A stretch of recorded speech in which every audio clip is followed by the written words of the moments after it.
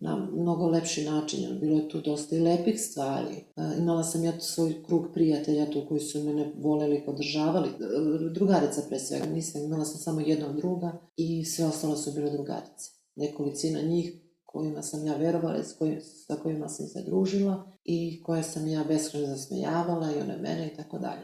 Apsolutno nisam bila zaštićena od tadašnjih učiteljica, u stvari moja učiteljica je bila Ljubica Marić i ona je bila jedna vrlo dobra žena, sjajna žena, ali jednostavno u tom trenutku ona nije mene adekvatno zaštitila, iako se u čemu je stvar, ja sam bila vrlo bistro dete, ona prosto nije mogla protiv svoje mlađe koleginice, duplo mlađe koleginice. Dakle, kap koja je prelila čašu bio je moment kada ste bili na terenu, a učiteljice uživale na kafi u hotelu. Poludeli ste i bilo vam je svega dosta. Tog terora, napravili ste skandal, vrisku, čak ste u tom momentu doživeli nervni slom. Da ste se čak valjali ispred hotela na očigled vašeg, njihovog i nepoznatih odelenja, ali i ostali gostiju hotela.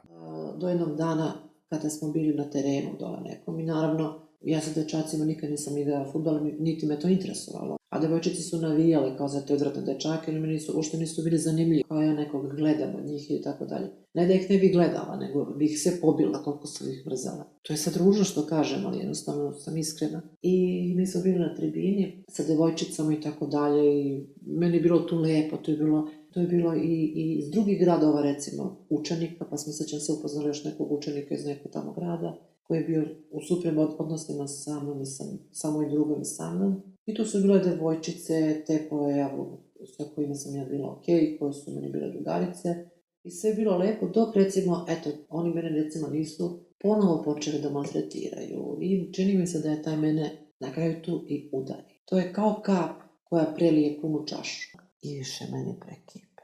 Jednostavno, ima ona osjećaj kada ti je više dosta svega. Kada više ne možeš da izdržiš tu torturu, to maltretiranje. Sjećam se da sam ja napravila skandal. Ja sam počela da vrištim na sred terena. Počela da ga kunem. Pa ona ga spusti me na miru. Šta hoćeš više od mene? Ostani. Da sam ga klela, moj fond reči tadašnji.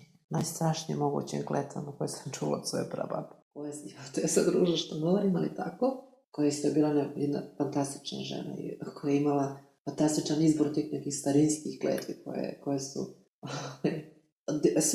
Svi su stali u tom momentu, svi su se okupili oko mene. Ja sam vrištala na sav glas, ja sam klela, ja sam zvala u pomoć. Jednostavno više ne možete. Ja sam počela da vrištim na srednog terena, u pomoć, pusti me na miru, šta hoćeš od mene. Pošla sam gore prema hotelu nekim putem, uzbelicom nekom. A učiteljice su za to vreme bile, naravno, na kafi, uživale su u hotelu, u hotelskim prostorijama. Njihovo odelenje, naše odelenje, sa strane učenici ti koji su došli iz drugih gradova. Napravio se odjednom oko mene kordon đaka. Napravili su kao špalir, ja sam išla između toga. Neki su navijali, ja sam vrištala, mi su došli za mnom ti moji zulumčari. Ja sam zapomagala. Skupila su se deca. Naravno, oni ti njegovi su i dalje nastavili. Čak su htjeli fizički da se obračunaju sami. Okupila su se deca iz mog odelenja, iz njihovog odelenja. Još je tu bilo mnoštvo drugih odelenja iz drugih gradova. Ja sam se valjala po nekoj, ja sam na kraju dobila slom živaca.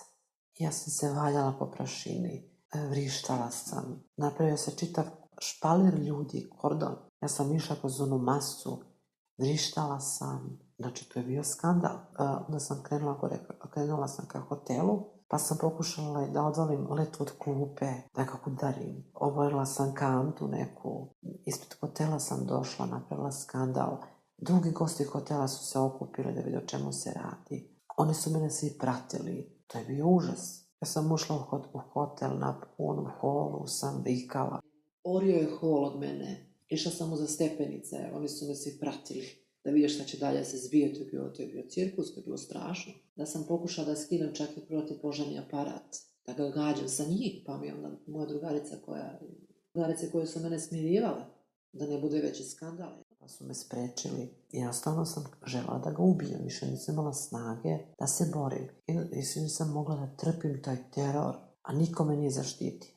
Da ste uspjeli da odvalite letvu sa klupe, bili biste u stanju da ga ubijete, tog Marka. Ali kao što kažete, njih nekolicina na vas jednu. Bili ste ljuti na učiteljicu susednog odeljenja, ali razume se da je branila svoje učenike. Ali ne i vas. Onda sam otišla u sobu i sjećam se da sam onako pomahnitalo počela da vadim mofingere. A u stvari to je sve bilo kao neki film ludaka. Da, Jamie Lee Curtis je Michaela baš tako ubola, ali nije mi jasno kako je vašem drugu palo na pamet da se možete obesiti ofingerom. Ali dobro je da ste imali drugarice koje su vas smirivale u momentu kada ste skidali protivpožarni aparat.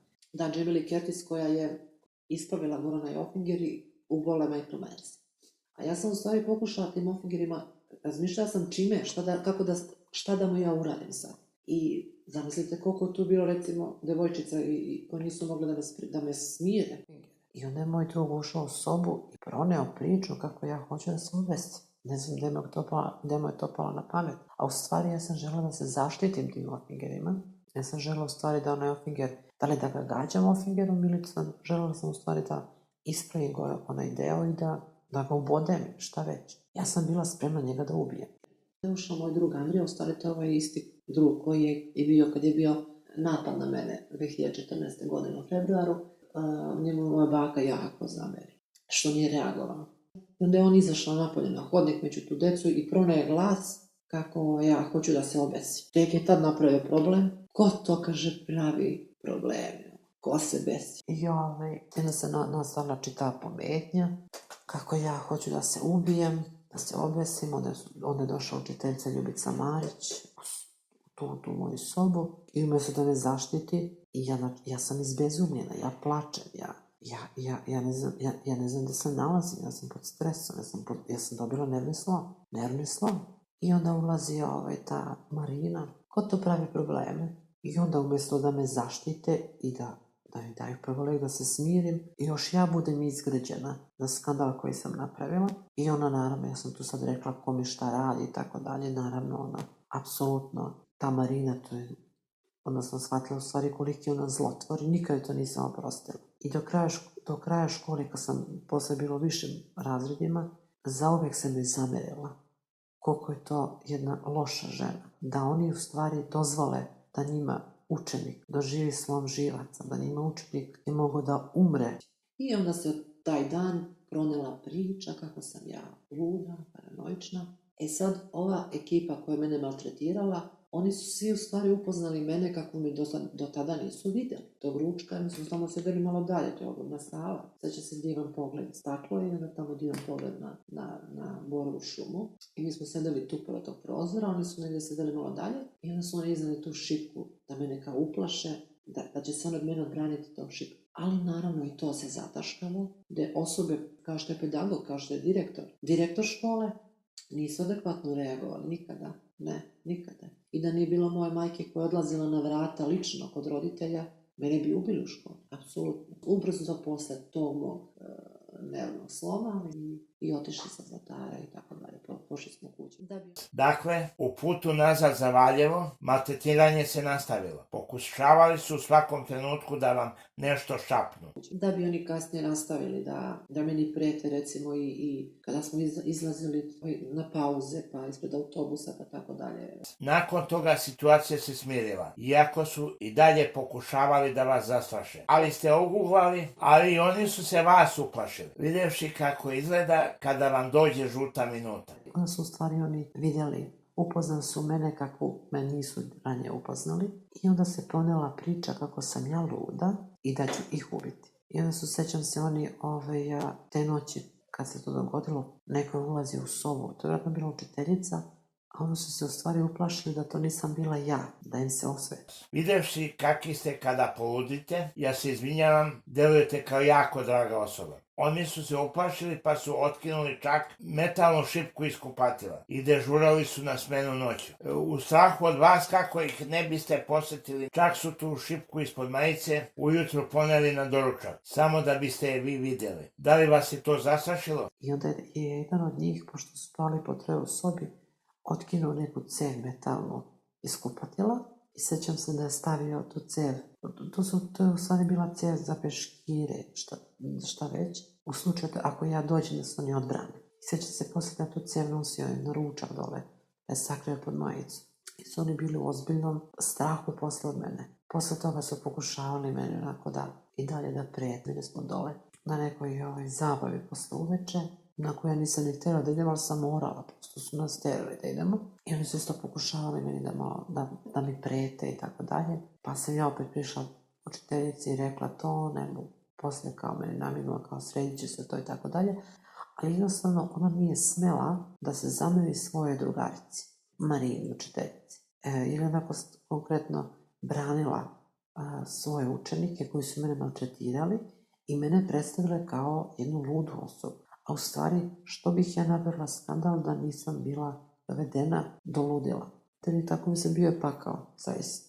Da rezimiramo čitav slučaj za kraj. Ove vaše potresne priče. Dakle, vi ste nakon višednevne torture, a nakon toga fizičkog napada na terenu, gde su dečaci igrali fudbal, a vi bili na tribinama sa devojčicama. Došlo je do eskalacije sukoba i vi ste doživjeli nervni slom. Napravili ste skandal kakav se ne pamti. Onda dok ste dolazili do hotela, vikali ste, čak ste bacili kantu za otpatke na tu grupu dečaka. Kako vi kažete, zulumćare. Ulazite u hol hotela, prolazite pored prepariranih vukova, oni idu za vama sve vreme, kao i vaši bliski prijatelji, koji vas umiruju. Ulazite u sobu, tražite bilo šta s čim biste se obranili. Uzimate ofinger, ali vaš drug pronosi glas da hoćete da se obesite. Neko je uspaničeno, a naravno namerno i sa svojom verzijom priče obavesti učiteljice, koje, umjesto da vas zaštite, ukoravaju vas. Gledali ste emisiju Zapisi iz realnog života, epizoda Zlatar.